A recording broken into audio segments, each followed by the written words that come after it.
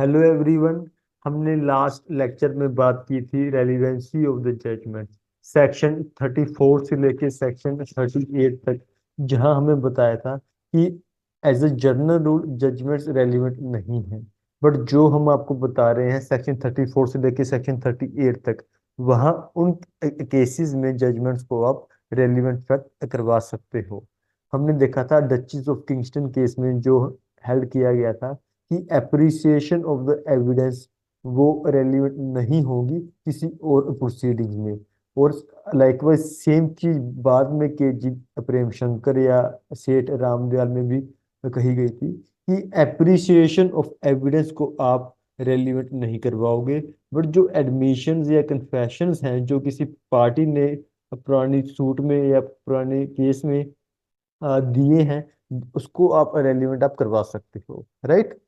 उसके बाद हमने देखा था कि जो हमारे पास सेक्शन 38 था, उसमें दो चाहे word negligence is not used but by the virtue of the various high courts, आप उसमें नेग्लिजेंस को इंक्लूड आप कर सकते हो, राइट। उसके बाद हमने देखा था कि एक्सपर्ट ओपिनियन, कि एक्सपर्ट सबसे पहले हमने देखा था कि जो ओपिनियन है, what do you mean bye opinion, कि कोई हमारे माइंड में कुछ थॉट प्रोसेस इस तरीके से हुई कि हमारा कोई एक ओपिनियन बना। It is not a mere gossip, हमने ये बात की थी। It is not a mere hearsay कि एक to form an opinion, thought process हमारे दिमाग में चलता है, उसके बाद ही हमारा ओपिनियन बनता है। हमने देखा था कि जुडिस चाहे सिविल लॉ का हो चाहे क्रिमिनल लॉ का हो, कि ओपिनियन सिर्फ जज दे सकता है by the way of its judgement. जो भी कोई जजमेंट आती है वो क्या होती है कि जो भी फैक्ट्स कोर्ट के सामने आए, जज ने उसको एग्जामिन करने के बाद एक अपना ओपिनियन बनाया कि हाँ जी, इस पर्सन ने ही सच पर्सन इज गिल्टी और नॉट गिल्टी, राइट। तो opinion as a general rule सिर्फ एक जज ही दे सकता है। इट मींस सिर्फ एक कोर्ट ही दे सकता है। बट क्या होता है कि इट इज नॉट एक्सपेक्टेड कि कोर्ट को या जज को सब कुछ पता होगा कि he is expert in every field, right. तो ये चीज तो कोई जरूरी नहीं है। तो वहां पे हमें प्रिंसिपल ऑफ नेसेसिटी को इन्वोक करना पड़ता है। फॉर एग्जांपल कोई साइंटिफिक कोई या कोई फिजिक्स या केमिस्ट्री की कुछ ऐसी कोई एक्सपेरिमेंट है, जज को उसके बारे में नहीं भी पता हो सकता, because he know, because we can not expect कि जज को सब कुछ आता है कि अब वो जज बन गया तो उसकी तो उसको तो ये सब कुछ ही आता है। तो ऐसा नहीं है। तो यहाँ पे हमें प्रिंसिपल ऑफ नेसेसिटी को इन्वोक करना है। और एक्सपर्ट ओपिनियन जो हम आपको बता रहे हैं, ऐसा नहीं कि आप हर चीज में आप एक्सपर्ट ओपिनियन आप लोगे, नहीं। जहां पे हमें अलाउ किया गया है आप वहीं पे ही किसी एक्सपर्ट, किसी थर्ड पर्सन का ओपिनियन रेलिवेंट करवा सकते हो। सो हमने इसका टाइटल रीड किया था opinions of third persons when relevant, right. इसके अंदर हमने एक जजमेंट की थी, Mubarak Ali Ahmad versus state of Bombay 1958 supreme court, जिसमें बताया गया था कि जो विटनेसेस हैं, विटनेसेस को क्या करना है, सिर्फ फैक्ट्स को स्टेट करना है, उसे ओपिनियन नहीं देना। ओपिनियन देने का एज ए जनरल काम किसका है, कोर्ट का। और कुछ एक्सपर्ट्स का जो कि हम हमें सेक्शन 39 से लेके सेक्शन 45 तक अलाउ कर रहे हैं, राइट। तो सबसे पहला हमारा क्वेश्चन क्या अराइज होता है कि who is an expert. Expert कौन है? The one who is specially skilled person. जो पर्सन कोई स्पेशली स्किल्ड है, इसका क्या मतलब होगा कि उसके पास नॉलेज है। क्या सिर्फ नॉलेज होने से वो पर्सन एक्सपर्ट बन जाएगा? नहीं बनेगा। उसे क्या होना चाहिए, नॉलेज के साथ उसको एक्सपीरियंस होना चाहिए, कि that person has devoted so much time and study in a particular branch of science art, और जो भी चीज है, किसी भी चीज के अंदर, किसी पर्टिकुलर चीज के अंदर उसने अपना टाइम और स्टडी को डिवोट किया है, तभी उसके पास नॉलेज एंड एक्सपीरियंस है उस चीज का।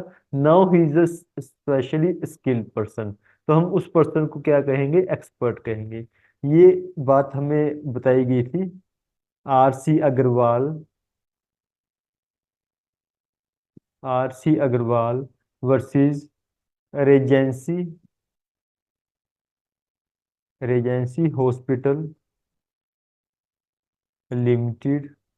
It was case law of 2010 supreme court, जिसमें हमें बताया गया था कि expert witness is one who has devoted time and study to a particular branch of learning and thus specially skilled on those points on which he is asked to state his opinion, right?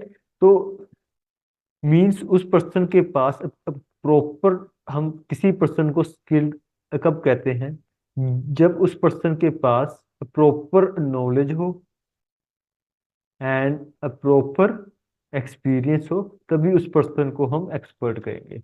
For example, इसका मतलब knowledge का मतलब ये नहीं है कि उसके पास degree हो ही हो।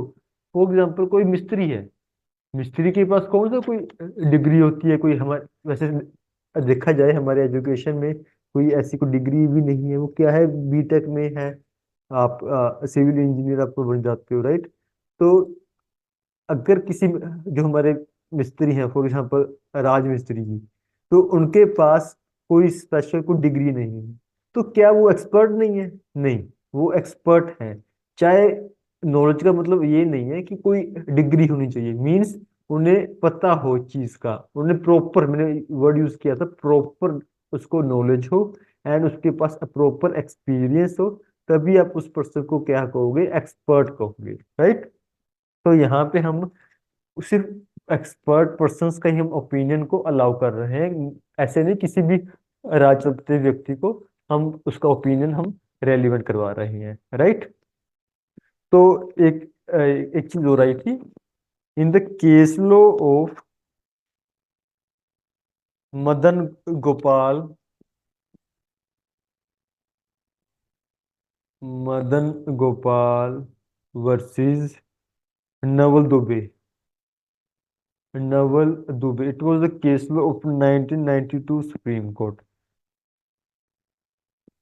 इस केस में सुप्रीम कोर्ट ने ऑब्जर्व किया था कि जो हमारे एक्सपर्ट्स हैं, the duty of the expert is to depose, कि उसे सिर्फ अपना बताना है, नॉट टू डिसाइड। तो आप इसमें लिख सकते हो, the duty of the expert is to depose, depose means अपनी डेपोजिशन को देना, and not to decide.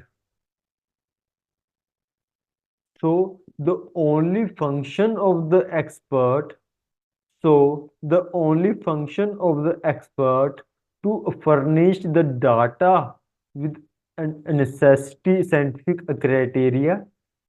The only function of expert is to furnish the data with a necessity scientific criteria so as to enable the judge, so as to enable the judge to come to an independent conclusion, कि आप एक सिर्फ अपना बताओ कि ये मैंने ये एक्सपेरिमेंट होल्ड किया था, इस एक्सपेरिमेंट के चलते कि इसके रिजल्ट ऐसे आए हैं।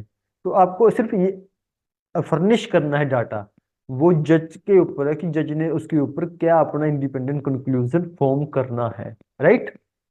तो इस चीज को बीइंग एडवोकेट और बीइंग जुडिशियल मैजिस्ट्रेट और being being member of the court, तो आपको ये चीजें देखनी है कि जब भी कोई एक्सपर्ट का हम बयान लेते हैं, चीफ या करवाते हैं, तो हमने ये देखना है कि जो एक्सपर्ट है वो क्या सिर्फ बता रहा है, सिर्फ वो डाटा फर्निश कर रहा है, या अपना एक या वो डिसाइड ही कर रहा है। तो जब वो डिसाइड करे, तो आप बीइंग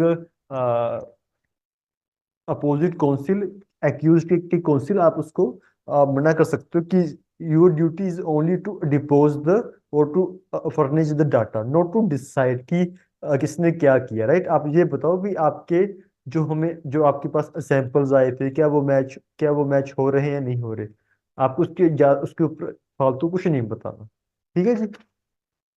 तो अगर हम बात करें कि इन चीजों के बारे में, कि एविडेंशियली वैल्यू क्या होगी इन चीजों की। अगर हम बात करते हैं कि है तो ये ओपिनियन एविडेंस ही है। अगर हम बात करूं, जो एक्सपर्ट ओपिनियन है, एक्सपर्ट ओपिनियन जो है हमारे, जो एक्सपर्ट्स के ओपिनियन है, तो वो अगर मैं इनको कहूँ कि इनकी क्या वैल्यू होगी, जो एक्सपर्ट अपना ओपिनियन दे रहा है उसकी क्या वैल्यू होगी। फॉर एग्जाम्पल, क्या इसकी वैल्यू सब्सटेंटिव होगी, या इसकी वैल्यू सब्सटेंटिव होगी, या इसकी वैल्यू कोरोबोरेटिव होगी। For example, for example hand writing है, हैंड राइटिंग है, for example this is my hand writing. तो अगर मैं इसको एक्सपर्ट के पास भेज रहा हूँ, ठीक है जी, तो हो सकता है कोई एक्सपर्ट, हो सकता है कि एक्सपर्ट का भी ये हैंड राइटिंग मेरी मैच हो रही है कि ये तो हैंड राइटिंग सागर सर की है। कोई ये भी कह सकता है कि ये हैंड राइटिंग सागर सर की ये नहीं है।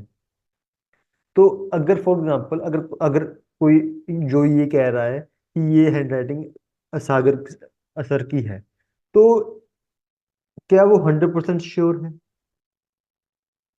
क्या आप इसको 100% इसको आप उसके ओपिनियन को एज इट इज मान सकते हो? या ऐसे होता है कि 80% तो ये लग रहा है इसकी है। तो अक्सर क्या होता है, जो हमारे एक्सपर्ट ओपिनियंस होते हैं इनमें प्रोबेबिलिटी होती है भी, इट इज हायर प्रोबेबिलिटी कि जो ये हैंड राइटिंग है ये इस पर्टिकुलर पर्सन की है, राइट। तो आप तो आप सिर्फ इसी बेसिस पे मुझे आप लाइबल नहीं कर सकते। सो इसकी वैल्यू सब्सटेंटिव नहीं है, कोरोबोरेटिव है। इट मींस आपको अदर सपोर्टिंग एविडेंस भी चाहिए इसके साथ साथ, आप सिर्फ इसी के बेसिस पे सो जजमेंट आप पास आप नहीं कर सकते। एक एग्जांपल और अगर मैं आपको दूं कि कोई लड़की किसी लड़की को पसंद करती थी, और लड़के को वो लड़की पसंद नहीं थी, जो चीज बहुत अक्सर होती है, राइट। तो लड़की को लड़की को, एक गर्ल को एक बॉय पसंद था, बट बॉय को वो लड़की नहीं पसंद थी। तो उसने क्या किया गर्ल ने कि ही she scratches the back of the boy, जिससे क्या हुआ, जो स्किन थी वो स्किन उसके नाखूनों में चली गई, उसके नेल्स के अंदर चली गई लड़की के। और उसने केस डाल दिया अटेम्प्ट टू रेप का। तो जो डीएनए आया, जो डीएनए रिपोर्ट वगैरह आई, उसने तो क्या बताया कि जो स्किन है वो बी के डीएनए से मैच हो रही है, कि वो स्किन बी की है। तो क्या आप इसी बेसिस पे कर सकते हो? क्या इसकी वैल्यू सब्सटेंटिव है? नहीं है। इसकी वैल्यू क्या है? कोरोबरेटिव वैल्यू है। आप सिर्फ बिकॉज कि opinion evidences are always the hearsay evidence. Hearsay evidence क्या होते हैं कि सुनी सुनाई चीज, अगर मैंने कोई चीज नहीं देखी, तो मैं अगर उसके बारे में मैं कुछ बता रहा हूँ, that is hearsay evidence, right. ये हमने देखा था कि जो डाइंग डिक्लेरेशन है वो भी क्या है, एक तरह की हियरसे एविडेंस ही है, कि मैंने उनसे सुना था पर मैंने होते हुए नहीं देखा ऑफेंस। इसमें भी सेम चीज है कि वो मैं सिर्फ अपना ओपिनियन बता रहा हूँ कि ये इसे मैच करते हैं। तो आप इसी के बेसिस पे आप इसकी कन्विक्शन या एक्विटल आप इस बेसिस पे आप नहीं कर सकते, राइट। तो इसमें एक हमारे पास एक जजमेंट भी है कि इसकी एविडेंशियली वैल्यू क्या होगी।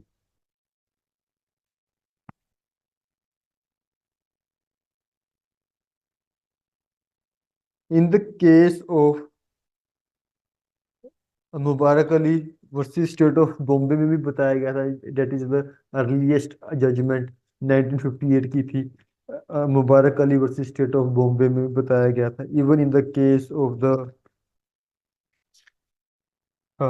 प्यारा Singh versus state of Punjab, Pyara Singh versus state of Punjab 1990 1977 supreme court, right. अगर मैं और बात करूं, also in the case of Selvi versus state of Karnataka 2010 supreme court, इसमें भी बताया गया था कि एक्सपर्ट ओपिनियन की क्या एविडेंशियरी वैल्यू है। राइट, हम आगे मूव करते हैं।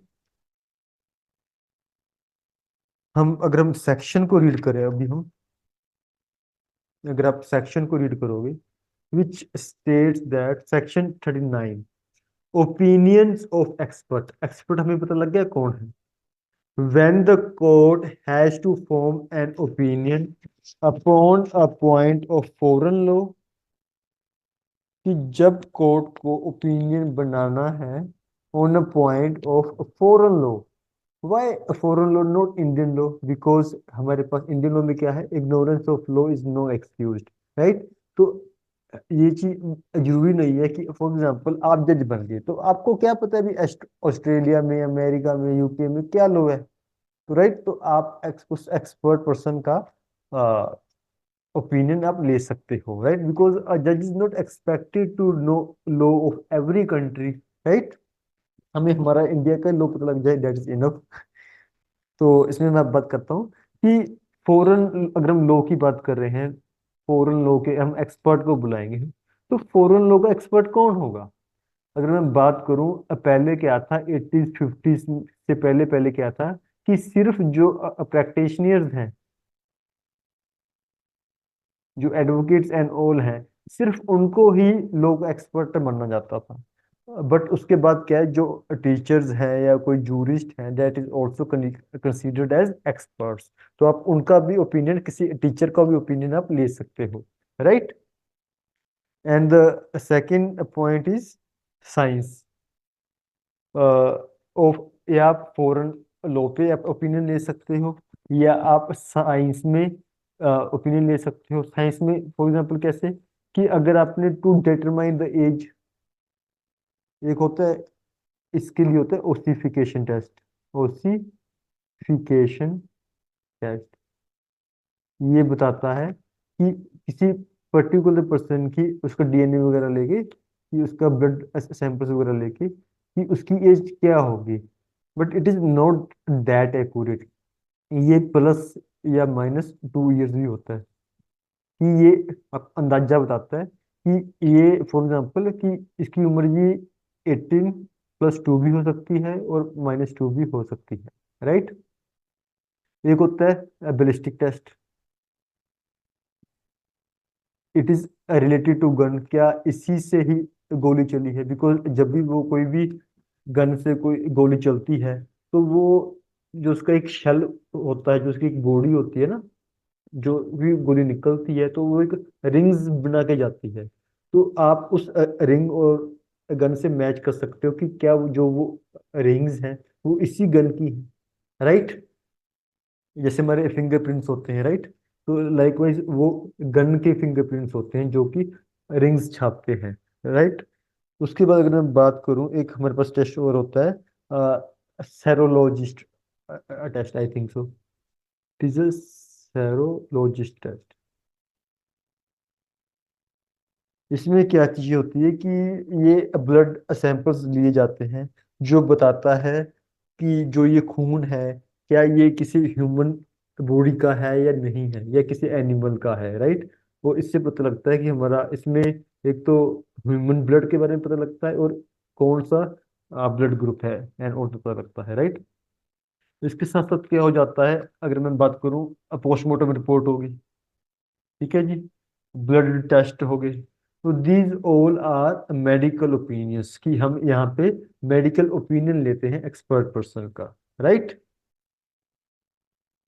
अगर इसमें हम बात करें कि जहाँ पे अगर फॉर एग्जांपल कि अगर किसी केस में हमारे पास कोई एक्सपर्ट ने ओपिनियन दिया and that opinion is very confusing या वेग सा है, तो आप बीइंग अ जज आप उसका क्या करोगे? तो आप इसके ऊपर एक क्वेश्चन बना सकते हो कि when the experts opinion is वेग और द कंफ्यूजिंग वन, तो आप बीइंग अ जुडिशियल मैजिस्ट्रेट आप उसका क्या करोगे? तो आपको उसको रिजेक्ट कर देना है। So it should be rejected. It was observed in the case of Siddharth Siddharth Vashishtha Siddharth Vashishtha alias Mannu Sharma versus, मैं लिख देता हूँ, Siddharth Vashishtha alias Mannu Sharma versus state NCT Delhi 2010 supreme court, जिसमें बताया गया था कि opinions of expert must be definite, कि वो एक डेफिनिट होने चाहिए, एक एक एक डेफिनिट होनी चाहिए, right. So the opinions of the expert should be definite. It should not be vague or the confusing one, right? तो ये था हमारा साइंस के ऊपर। आगे है आ गया आर्ट। आर्ट की बात करें तो आर्ट में फॉर एग्जांपल कोई अपनी पेंटिंग आ गई, फिल्म्स आ गई, वीडियोस वगैरह आ गई, राइट। म्यूजिक आ गया, कि जो ये म्यूजिक है, जैसे हम देखते हैं ना, कॉपीराइट के किसी डल जाते हैं किसी सॉन्ग के ऊपर, राइट, या पेटेंट वगैरह के, तब देखते हैं कि जो ये सॉन्ग है, तो क्या ये ओरिजिनल है या फेक है। जो ये पेंटिंग है, क्या ये ओरिजिनल पेंटिंग है या फेक पेंटिंग है। तो ये हमारी आर्ट में आ जाता है। और जहाँ हम बात करते हैं, जब हम बात कर रहे थे ना उसमें, हमारे साइंस के ऊपर, तो उसमें एक बड़ी ही एक लैंडमार्क चीज हो, या आप कह लो सिग्निफिकेंट चीज है, जो ये तीन टेस्ट हैं, narco narco analysis test, polygraph test and brain mapping test.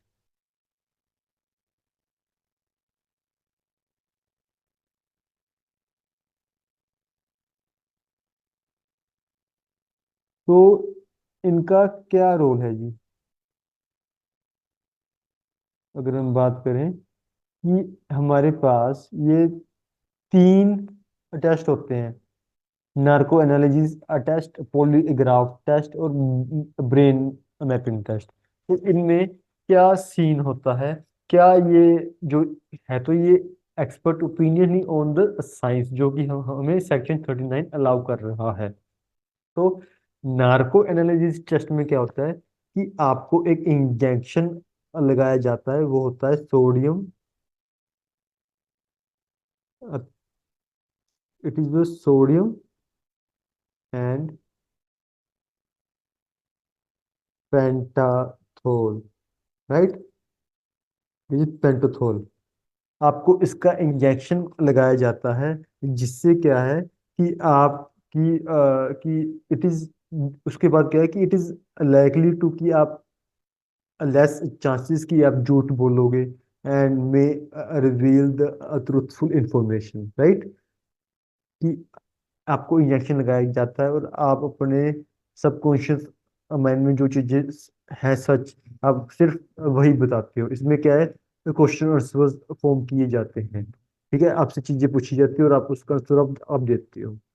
Polygraph test में क्या है कि इसमें क्या है, जो आपके फिजियोलॉजिकल रिस्पॉन्सेज हैं, like the heart rate, blood pressure, कि आप सांस कैसे ले रहे हो, रेसिपिरेटरी हम जिससे हम कह देते हैं, right. While answering the question, जब आप आंसर्स दे रहे हो, तब आपकी साइकोलॉजिकल फिजियोलॉजिकल, आई मीन से फिजियोलॉजिकल चीजें, मैं लिख देता हूँ,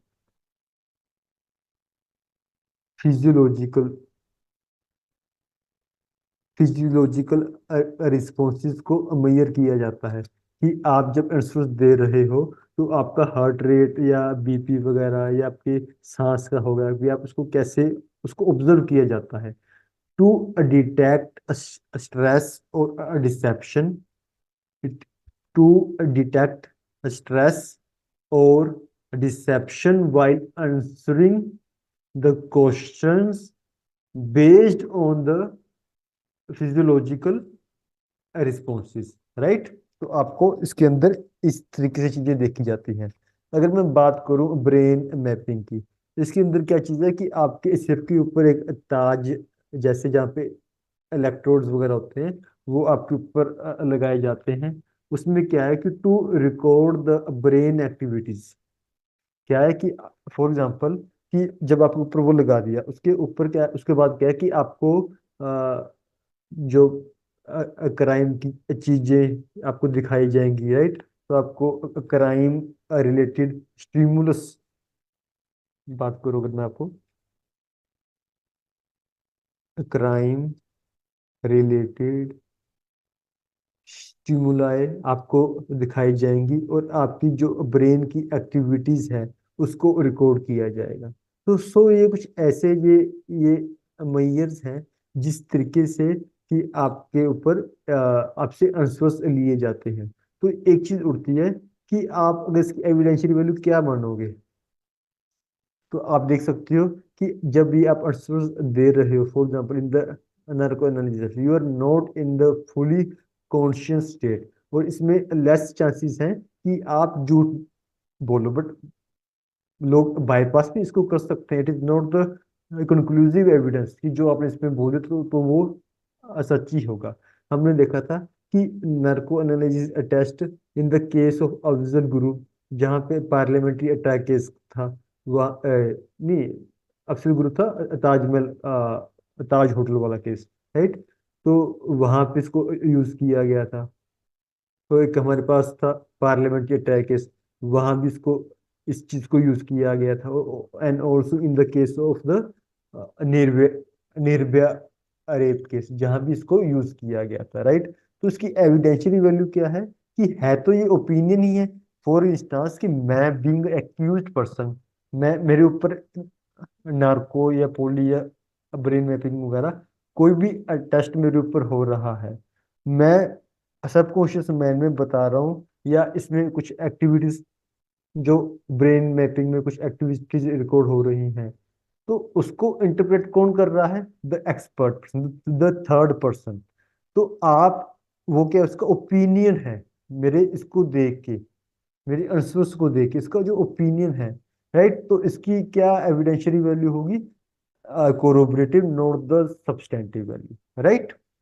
जो अगर मैं बात करूं नार्को के, जहाँ पे सिर्फ मैं ही आंसर दे रहा हूँ, राइट। तो उसको भी क्या देखा जाएगा कि वहां पे मैं अपने कॉन्शियस स्टेट में नहीं हूँ। तो इसमें भी सुप्रीम कोर्ट ने कई केसेस में, जो कि एक लैंडमार्क केस लो आया था, Selvi versus state of Maharashtra, Selvi versus state of Karnataka, sorry, Karnataka, जिसमें बताया गया था कि इसकी एविडेंशियरी वैल्यू कितनी होगी। ठीक है, इसके अंदर तीनों टेस्ट के बारे में बात की गई थी।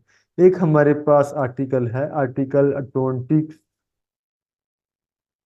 तो एक क्वेश्चन उठा था कि एक हमारे पास आर्टिकल 20 सब क्लोज 3 है। तो इसमें चीज है कि you can not be compelled to give evidence against yourself, कि आपको कंपेल नहीं किया जा सकता कि आप इंक्रिमिनेटिंग एविडेंस अपने ही खिलाफ दो। तो क्या जो ये तीन टेस्ट हैं, तो क्या ये आर्टिकल 20 क्लोज 3 को वायोलेट कर रहे हैं या नहीं है? तो इन द अर्लीस्ट केस जो हमारे पास Kathi Kollu versus state of Bombay की है, Kathi Kollu versus state of Bombay, अगर apart from these three test, अगर मैं बात करूं कि जहां पे आपसे ब्लड सैंपल्स लिए जा रहे हैं, जहां से आपसे बॉडी फ्लूइड, सीमेन वगैरह हो गए रेप केसेस में लिए जा रहे हैं, तो क्या ये चीजें, क्या इसको आप ऐसे कहोगे कि आप अपने एक्यूज अपने खिलाफ इंक्रिमिनेटिंग फैक्ट्स दे रहा है? No. Kathi Kollu versus state of Bombay 1961 Supreme court, इसमें इन्होंने यही बात की कि for example blood test, semen test, body fluid test और डीएनए टेस्ट, तो इसमें such tests are not violative और नॉट पर से इंक्रिमिनेटिंग। वर्ड इज नॉट पर से इनक्रिमिनेटिंग, कि ये सिर्फ ये चीजें इंक्रिमिनेटिंग की नहीं है। तो आप इसमें ये चीज देख सकते हो कि लाइक वाइज सेम चीज उसके, क्योंकि फॉर एग्जांपल मैं अपना ब्लड सैंपल दे रहा हूँ, तो इसका मतलब ये थोड़ी होगा कि मैं अपने खिलाफ कोई एविडेंस दे रहा हूँ। अगर मैंने ब्लड सैंपल दे दिया, अगर वो मैच नहीं हुआ, तो वो चीज मेरे फिर फेवर में भी जाएगी, राइट। सेम चीजें हैं हमारे इसके अंदर, नार्को हो गया, ब्रेन मैपिंग हो गया, पॉलीग्राफ हो गया। इसके अंदर भी Selvi versus state of Karnataka 2010 supreme court ने काठीकल्लू को मतलब काठीकल्लू को बेस बनाते हुए बताया था कि अगर जो ये तीन टेस्ट हैं, it does not violet the article 20 clause 3, जो हमारा फंडामेंटल राइट है। तो अगर आप कोई ऐसे आंसर्स दे रहे हो, तो इट डज नॉट मीन कि आप इंक्रिमिनेटिंग फैक्ट्स आप दे रहे हो, राइट। तो उसके बाद क्या था, तो इसके बाद क्या होगा, अभी जो हमारे पास पुलिस ऑफिसर्स वगैरह थे, वो क्या कर रहे थे कि वो धक्के से किसी को भी पकड़ लिया, ठीक है। अब फॉर एग्जांपल कोई इन्वेस्टिगेशन करनी है, तो इन्वेस्टिगेशन करने के लिए अब पुलिस को कितना टाइम लगता है, कितनी एनर्जी लगती है, तो इससे बचने के लिए वो क्या करने लगे थे कि जो उनको सस्पेक्टेड पर्सन लगता था, जो उनका सस्पेक्ट था, वो उसको पकड़ते थे। पकड़ के, हाँ जी भाई, ये तू, अगर तू सच्चा है तो अपना नर्को करा, उसका धक्के से नर्को करवा के उससे चीजें मतलब करवा के आंसर्स लेके कि तूने मर्डर कैसे किया, क्या सिस्टम था। तो ऐसे करने लगे थे। तो it is the violation, because जहां आप विदाउट द कंसेंट पर्सन से ले रहे हो, नार्को हो गया, पोली हो गया, तो वो वायोलेशन है, तो it is not admissible in evidence, right. तो सैल्वी वर्सेस स्टेट ऑफ कर्नाटका ने कुछ हमें गाइडलाइंस बताई, जहां पे हमें बताया गया कि आप कब और कैसे नार्को एनालिसिस टेस्ट या पॉलीग्राफ टेस्ट या ब्रेन मैपिंग टेस्ट आप उसको कैसे लोगे, राइट। तो इसमें आप कुछ गाइडलाइंस लिख सकते हो। ये हमेशा मेंस में आपको 10 नंबर में, 15 नंबर में ये क्वेश्चन आपको डेफिनेटली आपको मिलता ही मिलता है in the every state judiciary, right. So first point हमारा है, voluntarily consent is mandatory. It means कि जो कंसेंट है, जो कंसेंट है, वो क्या होनी चाहिए, वॉलेंटरली, वॉलेंटरी कंसेंट होनी चाहिए, कि आप किसी पर्सन से धक्के से नहीं करवा सकते, राइट। सेकंड पॉइंट था कि अगर आप किसी पर्सन से उसकी कंसेंट के बिना करवा रहे हो, then it violates the right of fundamental right under article 20 sub clause 3, right. अगर आप विदाउट कंसेंट या फोर्स फोर्स करके उस पर्सन से करवा रहे हो, then it is the violation of article 20 clause 3, right. उसके बाद था कि जहाँ पे आप उस पर्सन से जैसे हमने किया था ना अभी, अब ends matter about the note the means, but वो चीज इसमें एप्लीकेबल नहीं होगी। तो इट मीन्स कि जहाँ आप उससे बिना उसकी कंसेंट से ले रहे हो, तो that evidence would not be admissible.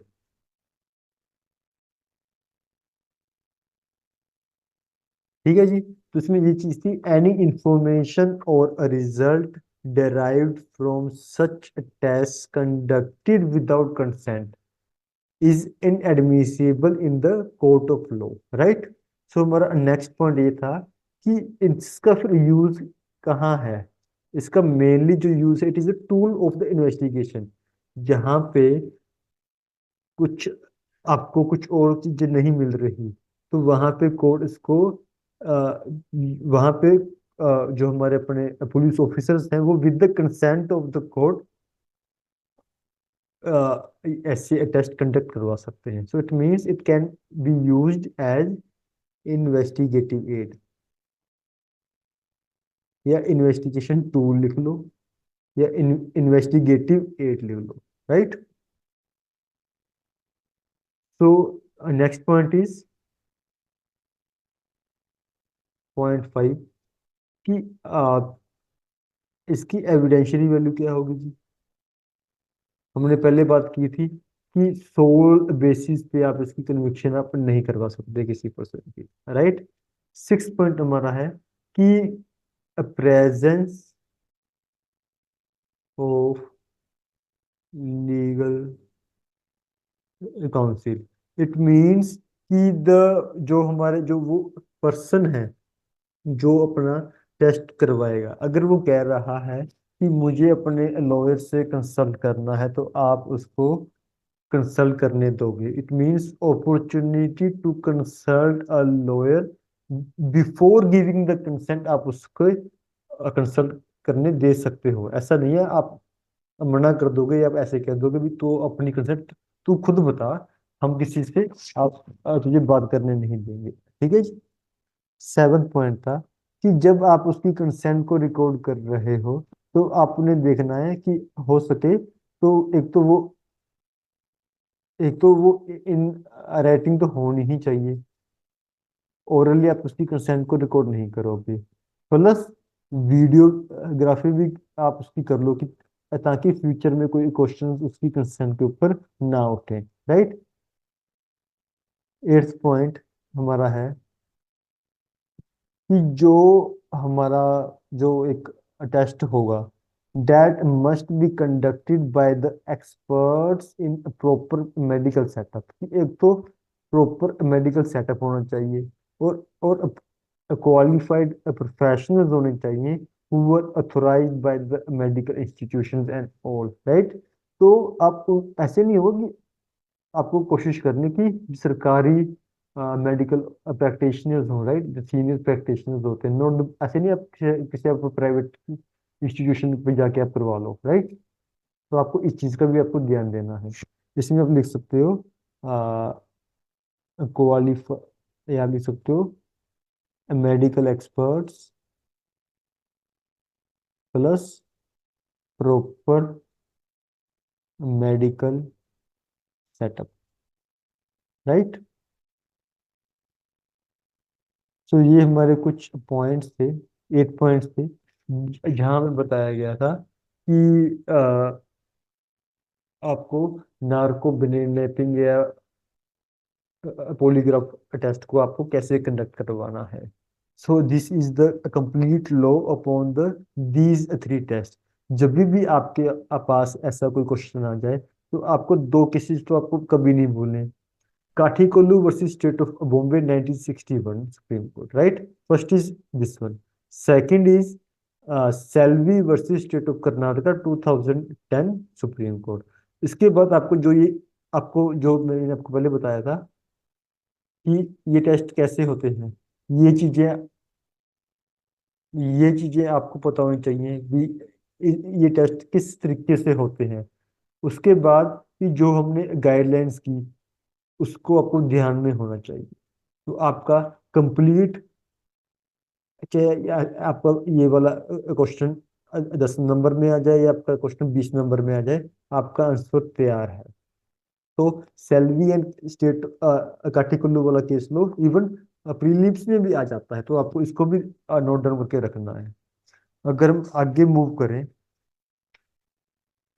Section आगे रीड करोगे, ये हमारी बात होगी साइंस की। आर्ट की भी हमने बात कर ली, पेंटिंग, कोई फिल्म या कोई गाना है, क्या वो ओरिजिनल है या फेक है, राइट। उसके बाद हम बात करते हैं आर्ट और any other field. Any other field ये चीजें पहले नहीं थी। पहले सिर्फ क्या था कि आप साइंस पे, फॉरन लॉ पे, आर्ट्स पे, फिंगर प्रिंटिंग पे, फिंगर इम्प्रेशंस पे, या हैंड राइटिंग पे, आप सिर्फ इन्हीं पांच चीजों के ऊपर एक्सपर्ट्स की ओपिनियन ले सकते थे under section 45 of the Indian evidence act. But जो हमारा सेक्शन 39 है बीएसए का, इसने एक चीज और ऐड कर दी, एनी अदर फील्ड। मीन्स कि किसी भी फील्ड में जहाँ पे कोर्ट की एक्सपर्टीज नहीं है, वहां पे कोर्ट किसी भी उस फील्ड के एक्सपर्ट का ओपिनियन ले सकता है, राइट। तो इसमें ये चीज ऐड की गई है बीएसए में। आगे मूव करते हैं। और टू और as to identity of hand writing, जहाँ पे मैंने आपके हैंड राइटिंग की बात की, तो हैंड राइटिंग को पहचानना कि ये हैंड राइटिंग मेरी है या नहीं है, तो आप इसके ऊपर भी एक्सपर्ट का ओपिनियन आप ले सकते हो। तो इसमें अगर मैं बात करूं कि how far the hand writing experts opinion is relevant, कि कितना उसकी क्या कितनी वैल्यू है, because the science of handwriting is not that exact science, because या कोई अगर हम बात करें किसी केमिस्ट्री की फिजिक्स की, वो तो एक एग्जैक्ट साइंस है, बट जो हैंड राइटिंग की साइंस है that is not the exact science. So इसमें क्या है, court must be on the guard, must be on caution and take such opinion with due care. जब भी उसने अपनी जब भी कोर्ट ने डिटरमाइन करना है कि क्या ये हैंडराइटिंग इसी पर्सन की है या नहीं है, तो उसे बहुत ही उस ओपिनियन के ऊपर क्वेश्चन क्वेश्चन रखते हुए और अपने आप को गार्ड करते हुए कंसीडर करना है किसी एक्सपर्ट का ओपिनियन। ये हमें बताया गया था in the case law of Murari Lal versus state of MP 1980 supreme court, right. Even in the case of, इसके साथ साथ हम in the case of M K Usman versus C Asantha 2003 Kerala high court, उन्होंने बताया था कि an handwriting expert can certify only a probability, कि वो सिर्फ एक प्रोबेबिलिटी बताएगा, नॉट 100% सर्टिफिकेशन, कि वो प्रॉपर सर्टिफिकेशन नहीं दे सकता कि ये हैंडराइटिंग इसकी ही है। वो सिर्फ एक प्रोबेबिलिटी बता देगा जी, देखने से लगता है कि ये इसकी है। तो आप उसके एविडेंस को क्या हायर फुटिंग पे रखोगे? नहीं रखोगे, बिल्कुल भी नहीं रखोगे, right. So this is the law of the hand writing. एक चीज इसमें और चीज थी कि एक केस में हमें एक चीज और बताई गई थी कि आपको दो चीजों का ध्यान रखना है जब भी आपको, two things must be approved beyond doubt, जब भी आपके पास हैंड राइटिंग वगैरह चीज आ गई। First point is the genuineness of the specimen handwriting of the concerned accused, कि एक तो उसकी genuineness को देखना है। Second is that the expert is competent, reliable and unbiased witness whose evidence inspires the confidence। ठीक है जी, कि जहां भी आपको कोई गड़बड़ लगती है वहां पे आपको हैंडराइटिंग एक्सपर्ट के ओपिनियन को आपको इग्नोर कर देना है, आपको उसको एडमिसेबल नहीं करना है, राइट। सो इसके ऊपर मेरे पास काफी कटीन ऑफ केसेस हैं। तो आप इसमें इवन जो मैंने अभी आपको बात की कि जहाँ हमारे पास कोई डाउट अराइज होता है, चाहे आप इसमें ले लो चाहे इसमें ले लो, कि जब डाउट अराइज होता है as related to the procedure भी, भी जब सैंपल लिया गया तब जो उसका एक प्रोसीजर था सैंपल लेने का, डेट इज डाउट, जो वो एक डाउट में था, तो आप उस वक्त आप उस एविडेंस को, उस ओपिनियन को आप इग्नोर कर सकते हो। It was stated in the case of Chandi Chandriyan, not Chandrayaan, Chandiran versus state of Kerala 1990 supreme court. इसमें बताया गया था कि जहां भी हमारे पास कुछ डाउट्स वगैरह अराइज होते हैं relating to the procedure adopted while obtaining the specimen handwriting of the person, तो आप इग्नोर कर सकते हो, तो अब आपको उस ओपिनियन पे रिलाई नहीं करना है, राइट। तो इसके आगे हम बात करते हैं फिंगर इम्प्रेशंस के बारे में। What do you mean bye finger impressions? अगर मैं बात करूं कि जो हमारी 10 उंगलियां हैं, सबसे पहले तो फिंगरप्रिंट्स किसी ग्लास या किसी चीज में से उठाने, it is a very difficult task. और जहाँ पे 10 में से 8 फिंगर्स के टिप्स मैच हो जाएं, तो वहां पे माना जाता है कि उसी पर्सन के फिंगर इम्प्रेशंस हैं। सो जैसे हमारे हर पर्सन का डीएनए डिफरेंट होता है, उसी प्रकार से हर पर्सन के फिंगर इम्प्रेशन जो इसके ऊपर हमारे एक टेक्सचर बना होता है किसी भी फिंगर के ऊपर, ये हमेशा हर पर्सन का डिफरेंट होता है, लाइक द डीएनए। सो जैसे कि हम कहते हैं कि अगर मेरा डीएनए उस पर्सन से मैच कर गया, तो हम उसे स्ट्रॉन्ग एविडेंस मानते हैं। है वो कोरोबोरेशन की श्रेणी में ही, कि उसका जो एविडेंशियरी वैल्यू है वो है तो कोरोबरेटिंग ही। बट अगर हम उसको कोरोबरेटिंग एविडेंस में अगर हम उसको स्टैंडर्डाइज करें, तो डीएनए या finger impressions are stands at the higher footing as compared to the handwriting expert opinion, right? तो आप इसमें ये में बताया गया था, in the case law of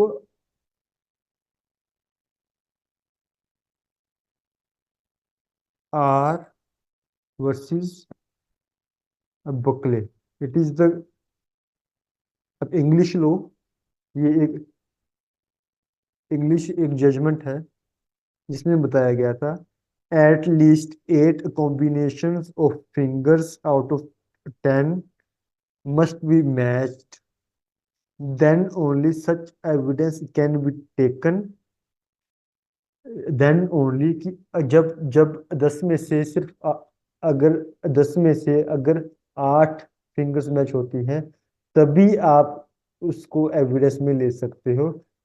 but yet it is not the conclusive evidence, right, या substantive evidence.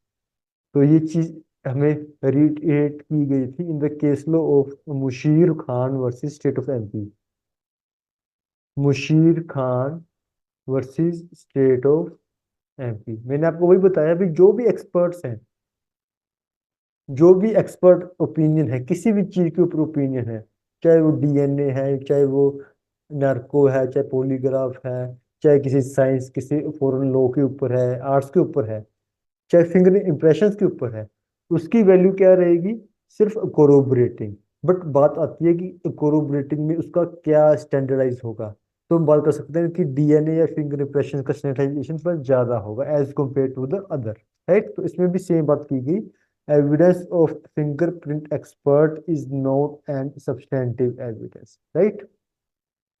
Even though the fingerprint evidence is more credible than others, even though it can only be used as corroborative evidence.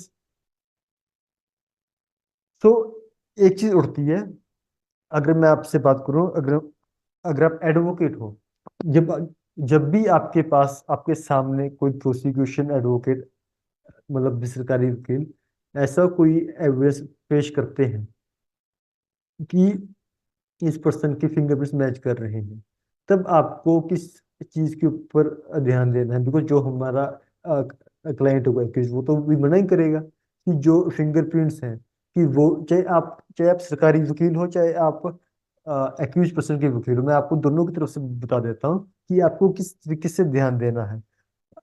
अगर आपको क्या देखना है कि जब भी finger impression या वो वहां से उठाए जाते हैं, तब आपको देखना है कि एक तो सबसे पहले आप इंडिपेंडेंट विटनेसेस के सामने वो लो, एक लेने के बाद प्रॉपर सील करो उस चीज की।